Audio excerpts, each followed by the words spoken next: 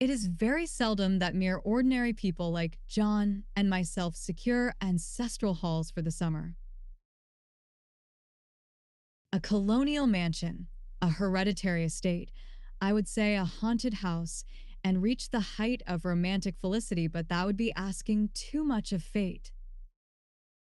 Still, I will proudly declare that there is something queer about it. Else, why should it be let so cheaply? And why have stood so long untenanted? John laughs at me, of course, but one expects that in marriage. John is practical in the extreme. He has no patience with faith, an intense horror of superstition, and he scoffs openly at any talk of things not to be felt and seen and put down in figures. John is a physician, and perhaps that is one reason I do not get well faster. You see, he does not believe I am sick. And what can one do? If a physician of high standing and one's own husband assures friends and relatives that there is really nothing the matter with one but temporary nervous depression, a slight hysterical tendency, what is one to do? My brother is also a physician and also of high standing, and he says the same thing. So I take phosphates or phosphites, whichever it is, and tonics and journeys and air and exercise, and am absolutely forbidden to work until I am well again. Personally, I disagree with their ideas. Personally, I believe that congenial work with excitement and change would do me good. But what is one to do? I did write for a while in spite of them, but it does exhaust me a good deal having to be so sly about it, or else meet with heavy opposition. I sometimes fancy that in my condition, if I had less opposition and more society and stimulus, but John says the very worst thing I can do is to think about my condition, and I confess it always makes me feel bad. So, I will let it alone and talk about the house. The most beautiful place. It is quite alone, standing well back from the road, quite 3 miles from the village.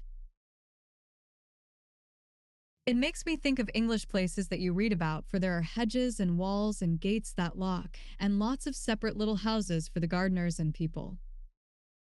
There is a delicious garden. I never saw such a garden, large and shady, full of box-bordered paths, and lined with long grape-covered arbors with seats under them. There were greenhouses, too, but they are all broken now. There was some legal trouble, I believe, something about the heirs and co-heirs. Anyhow, the place has been empty for years. That spoils my ghostliness, I am afraid, but I don't care. There is something strange about the house. I can feel it. I even said so to John one moonlight evening, but he said what I felt was a draught, and shut the window. I get unreasonably angry with John sometimes. I'm sure I never used to be so sensitive. I think it is due to this nervous condition. But John says if I feel so, I shall neglect proper self-control, so I take pains to control myself, before him, at least, and that makes me very tired. I don't like our room a bit. I wanted one downstairs that opened on the piazza and had roses all over the window and such pretty old-fashioned chintz hangings. But John would not hear of it. He said there was only one window and not room for 2 beds, and no near room for him if he took another. He is very careful and loving, and hardly lets me stir without special direction. I have a scheduled prescription for each hour in the day. He takes all care for me, and so I feel basely ungrateful not to value it more. He said we came here solely on my account, that I was to have perfect rest and all the air I could get. Your exercise depends on your strength, my dear, said he, and your food somewhat on your appetite, but air you can absorb all the time. So we took the nursery at the top of the house. It is a big, airy room, the whole floor nearly, with windows that look all ways, and air and sunshine galore. It was nursery first, and then playground and gymnasium, I should judge, for the windows are barred for little children and there are rings and things in the walls. The paint and paper look as if a boys' school had used it. It is stripped off the paper in great patches all around the head of my bed, about as far as I can reach, and in a great place on the other side of the room low down.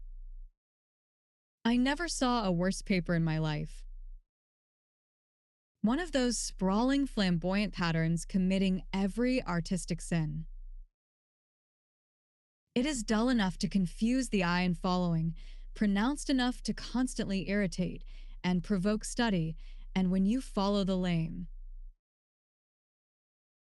Uncertain curves, for a little distance, they suddenly commit suicide plunge off at outrageous angles, destroy themselves in unheard of contradictions. The color is repellent, almost revolting, a smoldering, unclean yellow, strangely faded by the slow turning sunlight. It is a dull yet lurid orange in some places, a sickly sulfur tint in others. No wonder the children hated it. I should hate it myself if I had to live in this room long. There comes John, and I must put this away. He hates to have me write a word.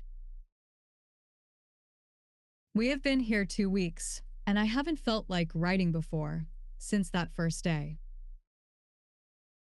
I am sitting by the window now, up in this atrocious nursery, and there is nothing to hinder my writing as much as I please, save lack of strength. John is away all day, and even some nights when his cases are serious. I am glad my case is not serious. But these nervous troubles are dreadfully depressing. John does not know how much I really suffer. He knows there is no reason to suffer, and that satisfies him. Of course, it is only nervousness. It does weigh on me so not to do my duty in any way. I meant to be such a help to John, such a real rest and comfort, and here I am a comparative burden already. Nobody would believe what an effort it is to do what little I am able to dress and entertain and order things. It is fortunate Mary is so good with the baby. Such a dear baby. And yet I cannot be with him. It makes me so nervous. I suppose John never was nervous in his life. He laughs at me so about this wallpaper. At first he meant to repaper the room, but afterwards he said that I was letting it get the better of me, and that nothing was worse for a nervous patient than to give way to such fancies. He said that after the wallpaper was changed, it would be the heavy bedstead, and then the barred windows, and then that gate at the head of the stairs, and so on. You know the place is doing you good, he said, and really, dear, I don't care to renovate the house just for a 3 months rental. Then do let us go downstairs, I said. There are such pretty rooms there. Then he took me in his arms and called me a blessed little goose, and said he would go down cellar if I wished, and have it whitewashed into the bargain. But he is right enough about the beds and windows and things. It is as airy and comfortable a room as anyone need wish, and of course, I would not be so silly as to make him uncomfortable just for a whim. I'm really getting quite fond of the big room, all but that horrid paper. Out of one window, I can see the garden, those mysterious deep shaded arbors, the riotous old fashioned flowers, and bushes and gnarly trees. Out of another, I get a lovely view of the bay and a little private wharf belonging to the estate. There is a beautiful shaded lane that runs down there from the house. I always fancy I see people walking in these numerous paths and arbors, but John has cautioned me not to give way to fancy in the least. He says that with my imaginative power and habit of story making and nervous weakness like mine is sure to lead to all manner of excited fancies, and that I ought to use my will and good sense to check the tendency. So I try. I think sometimes that if I were only well enough to write a little, it would relieve the press of ideas and rest me. But I find I get pretty tired when I try. It is so discouraging not to have any advice and companionship about my work. When I get really well, John says we will ask Cousin Henry and Julia down for a long visit. But he says he would as soon put fireworks in my pillowcase as to let me have those stimulating people about now. I wish I could get well faster. But I must not think about that. This paper looks to me as if it knew what a vicious influence it had. There is a recurrent spot where the pattern lolls like a broken neck and two bulbous eyes stare at you upside down. I get positively angry with the impertinence of it and the everlastingness. Up and down and sideways they crawl, and those absurd, unblinking eyes are everywhere. There is one place where two breadths didn't match, and the eyes go all up and down the line, one a little higher than the other. I never saw so much expression in an inanimate thing before, and we all know how much expression they have. I used to lie awake as a child and get more entertainment and terror out of blank walls and plain furniture than most children could find in a toy store. I remember what a kindly wink the knobs of our big old bureau used to have, and there was one chair that always seemed like a strong friend. I used to feel that if any of the other things looked too fierce, I could always hop into that chair and be safe. The furniture in this room is no worse than inharmonious, however, for we had to bring it all from downstairs. I suppose when this was used as a playroom, they had to take the nursery things out, and no wonder. I never saw such ravages as the children have made here.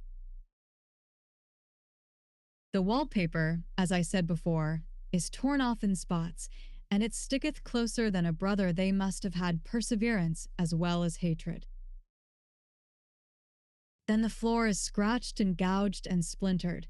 The plaster itself is dug out here and there, and this great heavy bed, which is all we found in the room, looks as if it had been through the wars. But I don't mind it a bit, only the paper. There comes John's sister. Such a dear girl as she is, and so careful of me. I must not let her find me writing. She is a perfect and enthusiastic housekeeper, and hopes for no better profession. I verily believe she thinks it is the writing which made me sick. But I can write when she is out, and see her a long way off from these windows. There is one that commands the road, a lovely, shaded, winding road, and one that just looks off over the country. A lovely country, too, full of great elms and velvet meadows. This wallpaper has a kind of sub-pattern in a different shade, a particularly irritating one, for you can only see it in certain lights, and not clearly then.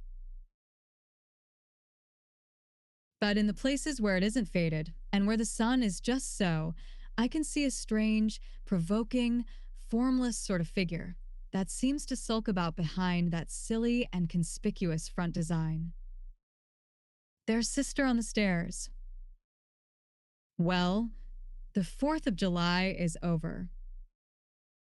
The people are gone, and I am tired out. John thought it might do me good to see a little company, so we just had Mother and Nellie and the children down for a week. Of course, I didn't do a thing. Jenny sees to everything now. But it tired me all the same.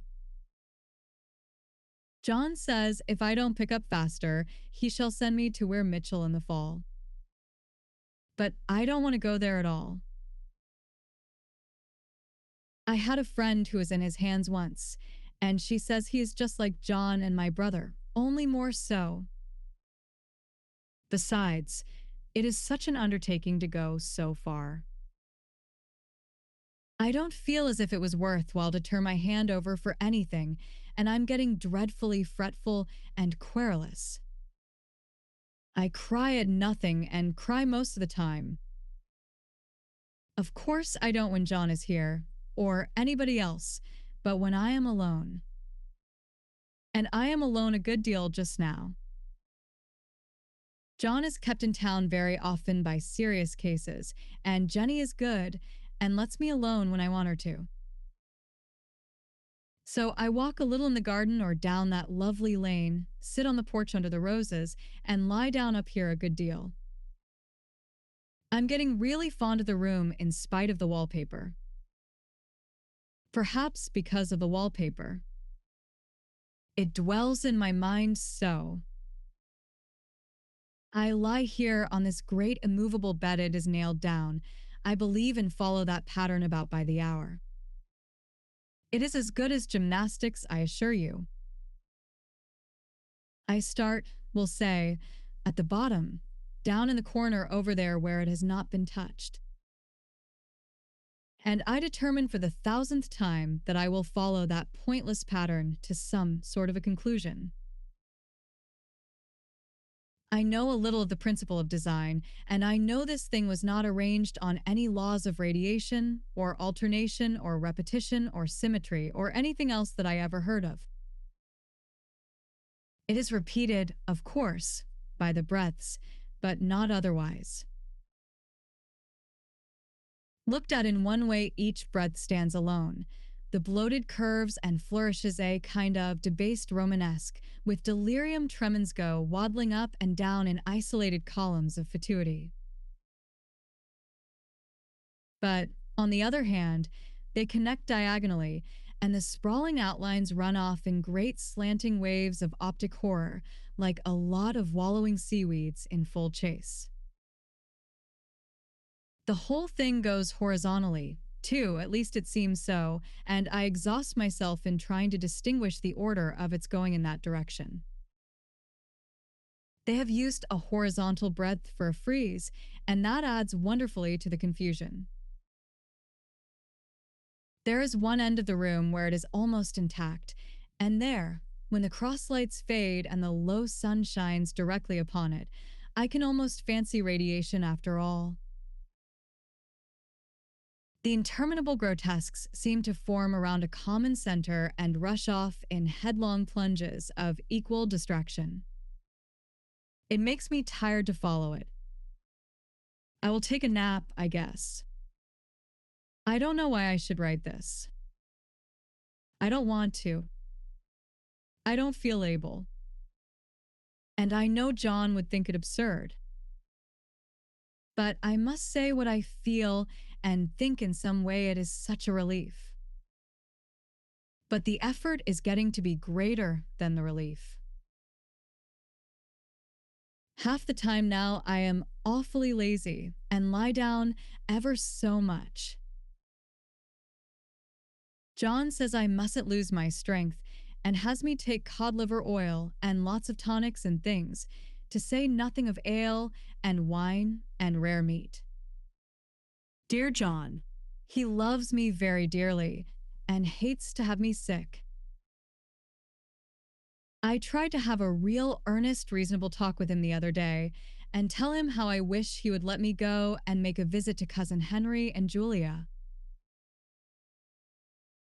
But he said I wasn't able to go nor able to stand it after I got there, and I did not make out a very good case for myself, for I was crying before I had finished. It is getting to be a great effort for me to think straight. Just this nervous weakness, I suppose. And dear John gathered me up in his arms and just carried me upstairs and laid me on the bed and sat by me and read to me till it tired my head. He said I was his darling and his comfort and all he had, and that I must take care of myself for his sake and keep well.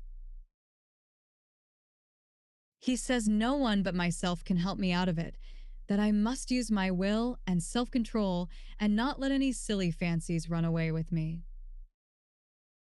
There's one comfort: the baby is well and happy and does not have to occupy this nursery with the horrid wallpaper. If we had not used it, that blessed child would have. What a fortunate escape. Why?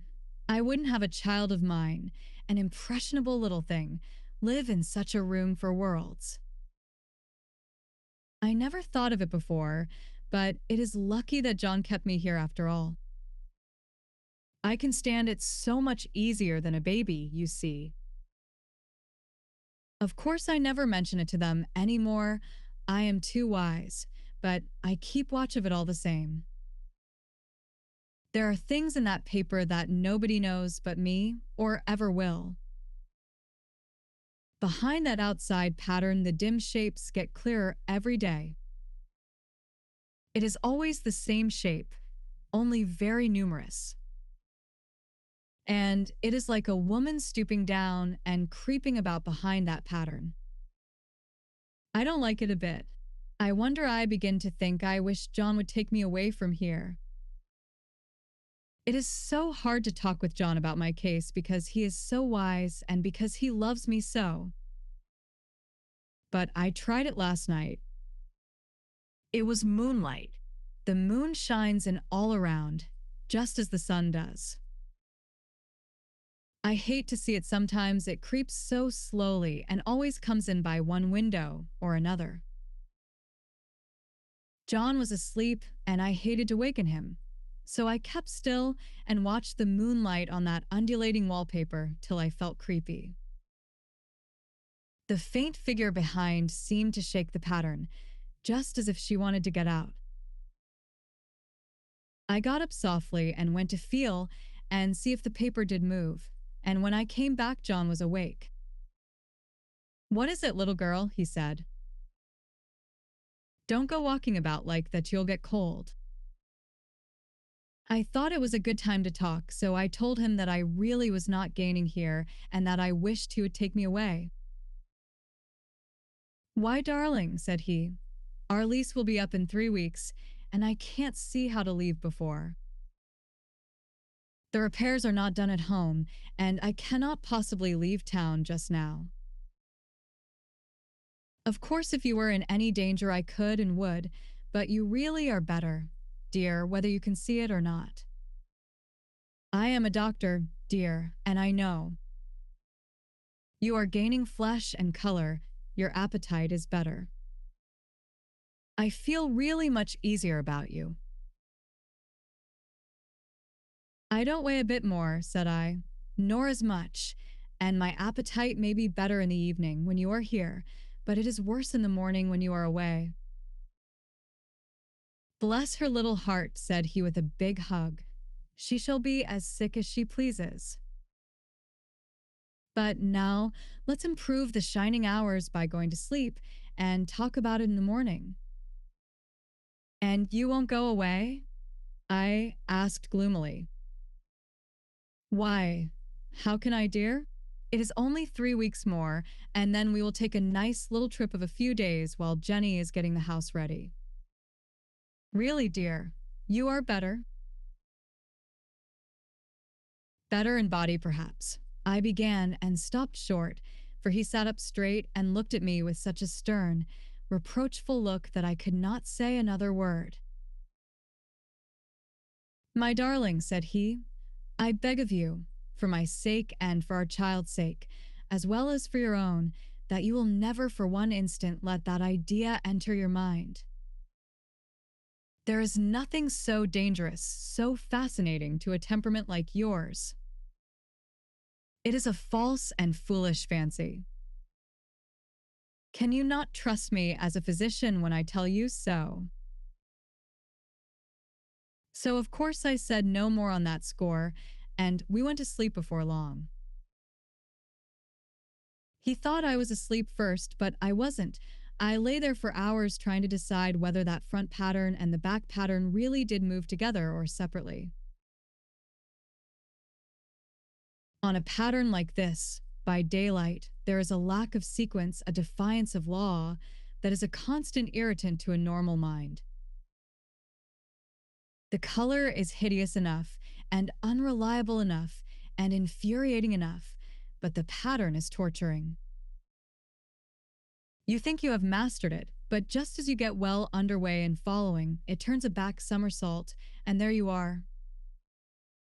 It slaps you in the face, knocks you down, and tramples upon you. It is like a bad dream. The outside pattern is a florid arabesque, reminding one of a fungus. If you can imagine a toadstool in joints, an interminable string of toadstools budding and sprouting in endless convolutions, why, that is something like it. That is sometimes. There is one marked peculiarity about this paper, a thing nobody seems to notice but myself, and that is that it changes as the light changes. When the sun shoots in through the east window, I always watch for that first long, straight ray it changes so quickly that I never can quite believe it. That is why I watch it always. By moonlight the moon shines, and all night when there is a moon I wouldn't know it was the same paper. At night, in any kind of light, in twilight, candlelight, lamplight, and worst of all by moonlight, it becomes bars. The outside pattern, I mean, and the woman behind it is as plain as can be. I didn't realize for a long time what the thing was that showed behind, that dim subpattern, but now I am quite sure it is a woman. By daylight, she is subdued, quiet. I fancy it is the pattern that keeps her so still. It is so puzzling. It keeps me quiet by the hour. I lie down ever so much now. John says it is good for me, and to sleep all I can. Indeed, he started the habit by making me lie down for an hour after each meal. It is a very bad habit, I am convinced, for you see, I don't sleep. And that cultivates deceit, for I don't tell them I'm awake. Oh, no. The fact is, I am getting a little afraid of John. He seems very queer sometimes, and even Jenny has an inexplicable look. It strikes me occasionally, just as a scientific hypothesis, that perhaps it is the paper. I have watched John when he did not know I was looking and come into the room suddenly on the most innocent excuses, and I've caught him several times looking at the paper. And Jenny, too. I caught Jenny with her hand on it once. She didn't know I was in the room, and when I asked her in a very quiet voice, with the most restrained manner possible, what she was doing with the paper, she turned around as if she had been caught stealing and looked quite angry, asked me why I should frighten her so. Then she said that the paper stained everything it touched, that she had found yellow smooches on all my clothes and John's, and she wished we would be more careful. Did not that sound innocent? But I know she was studying that pattern, and I am determined that nobody shall find it out but myself. Life is very much more exciting now than it used to be. You see, I have something more to expect, to look forward to watch. I really do eat better and am more quiet than I was. John is so pleased to see me improve. He laughed a little the other day and said I seemed to be flourishing in spite of my wallpaper. I turned it off with a laugh. I had no intention of telling him it was because of the wallpaper he would make fun of me. He might even want to take me away. I don't want to leave now until I have found it out. There is a week more, and I think that will be enough. I'm feeling ever so much better. I don't sleep much at night, for it is so interesting to watch developments, but I sleep a good deal in the daytime. In the daytime, it is tiresome and perplexing. There are always new shoots on the fungus and new shades of yellow all over it. I cannot keep count of them, though I have tried conscientiously. It is the strangest yellow, that wallpaper.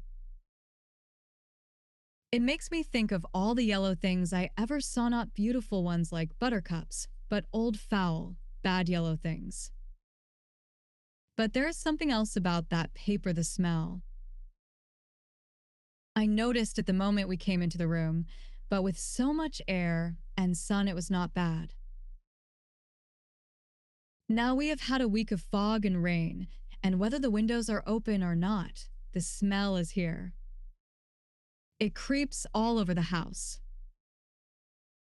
I find it hovering in the dining room, skulking in the parlor, hiding in the hall, lying in wait for me on the stairs. It gets into my hair. Even when I go to ride, if I turn my head suddenly and surprise that there is that smell. Such a peculiar odor, too. I have spent hours in trying to analyze it to find what it smelled like. It is not bad at first, and very gentle, but quite the subtlest, most enduring odor I ever met. In this damp weather, it is awful. I wake up in the night and find it hanging over me. It used to disturb me at first. I thought seriously of burning the house to reach the smell. But now I am used to it. The only thing I can think of that it is like is the color of the paper. A yellow smell. There's a very funny mark on this wall low down, near the mopboard. A streak that runs round the room. It goes behind every piece of furniture, except the bed, a long, straight, even smooch, as if it had been rubbed over and over. I wonder how it was done and who did it and what they did it for. Round and round and round, round and round and round, it makes me dizzy. I really have discovered something at last. Through watching so much at night, when it changes so, I have finally found out. The front pattern does move, and no wonder. The woman behind shakes it. Sometimes I think there are a great many women behind, and sometimes only one, and she crawls around fast, and her crawling shakes it all over. Then in the very bright spots, she keeps still, and in the very shady spots, she just takes hold of the bars and shakes them hard. And she is all the time trying to climb through. But nobody could climb through that pattern it strangles, so I think that is why it has so many heads. They get through, and then the pattern strangles them off and turns them upside down and makes their eyes white. If those heads were covered or taken off, it would not be half so bad. I think that woman gets out in the daytime. And I'll tell you why privately I've seen her. I can see her out of every one of my windows. It is the same woman, I know, for she is always creeping, and most women do not creep by daylight. I see her on that long shaded lane, creeping up and down. I see her in those dark grape arbors, creeping all around the garden. I see her on that long road under the trees, creeping along, and when a carriage comes, she hides under the blackberry vines. I don't blame her a bit. It must be very humiliating to be caught creeping by daylight. I always lock the door when I creep by daylight. I can't do it at night, for I know John would suspect something at once. And John is so queer now that I don't want to irritate him. I wish he would take another room. Besides, I don't want anybody to get that woman out at night but myself.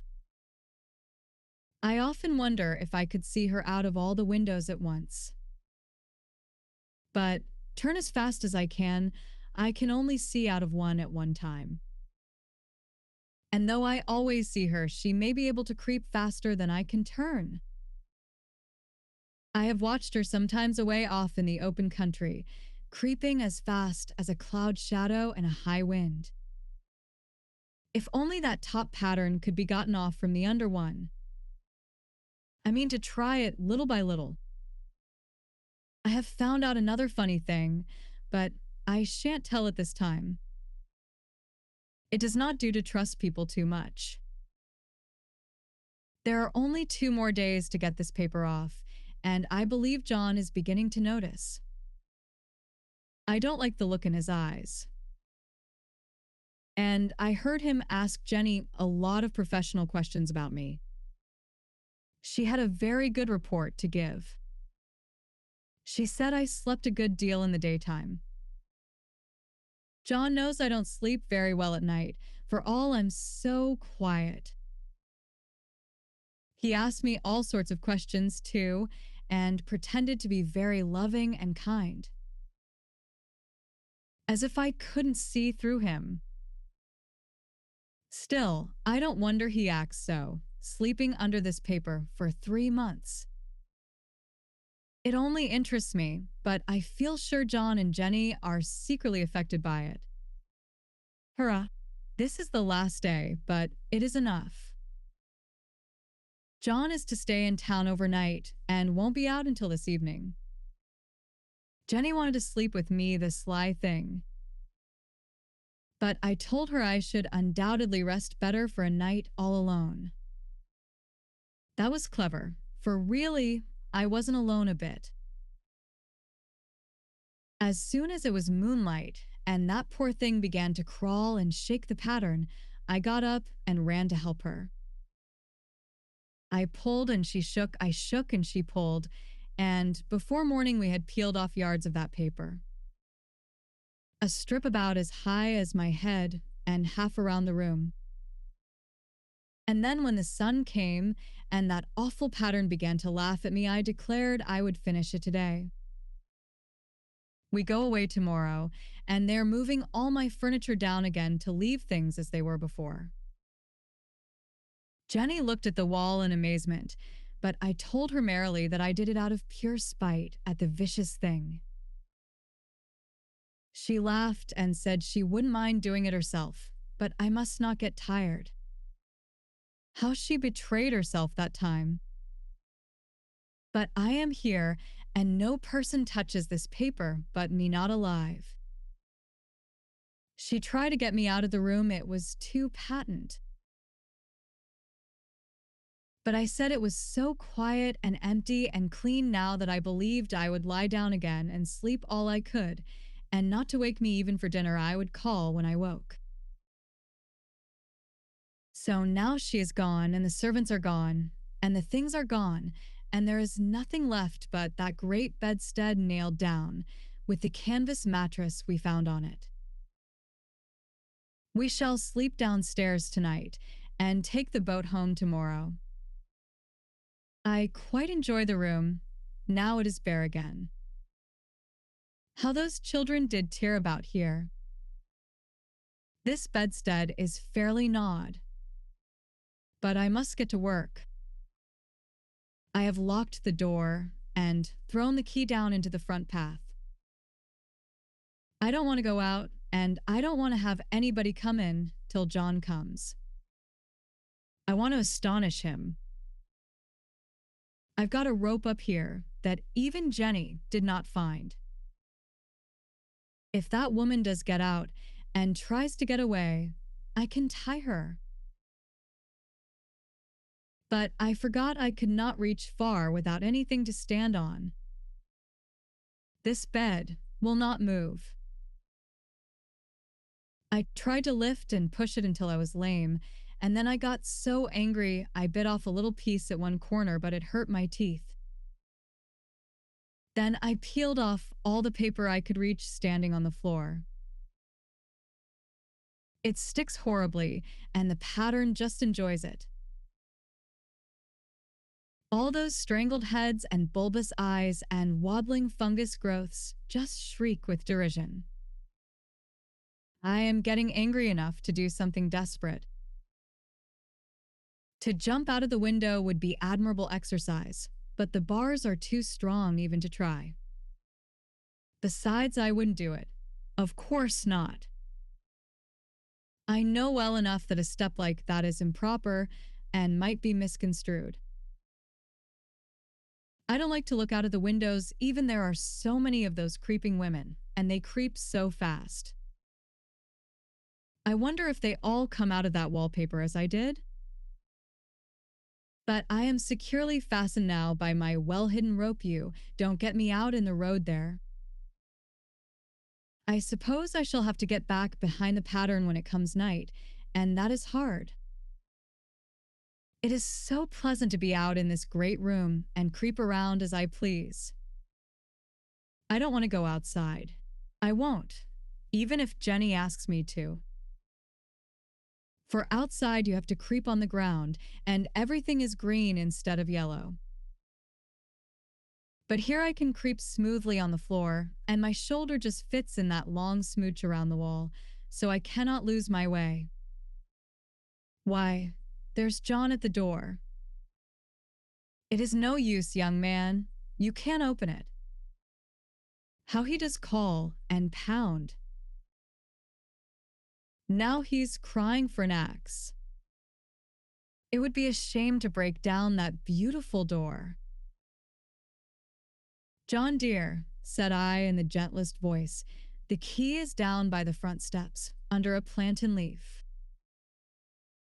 That silenced him for a few moments. Then he said very quietly indeed, open the door, my darling. I can't, said I. The key is down by the front door, under a plantain leaf. And then I said it again several times, very gently and slowly, and said it so often that he had to go and see, and he got it, of course, and came in. He stopped short by the door. What is the matter? He cried. For God's sake, what are you doing? I kept on creeping just the same, but I looked at him over my shoulder. I've got out at last, said I, in spite of you and Jane. And I've pulled off most of the paper, so you can't put me back. Now, why should that man have fainted? But he did, and right across my path by the wall, so that I had to creep over him every time.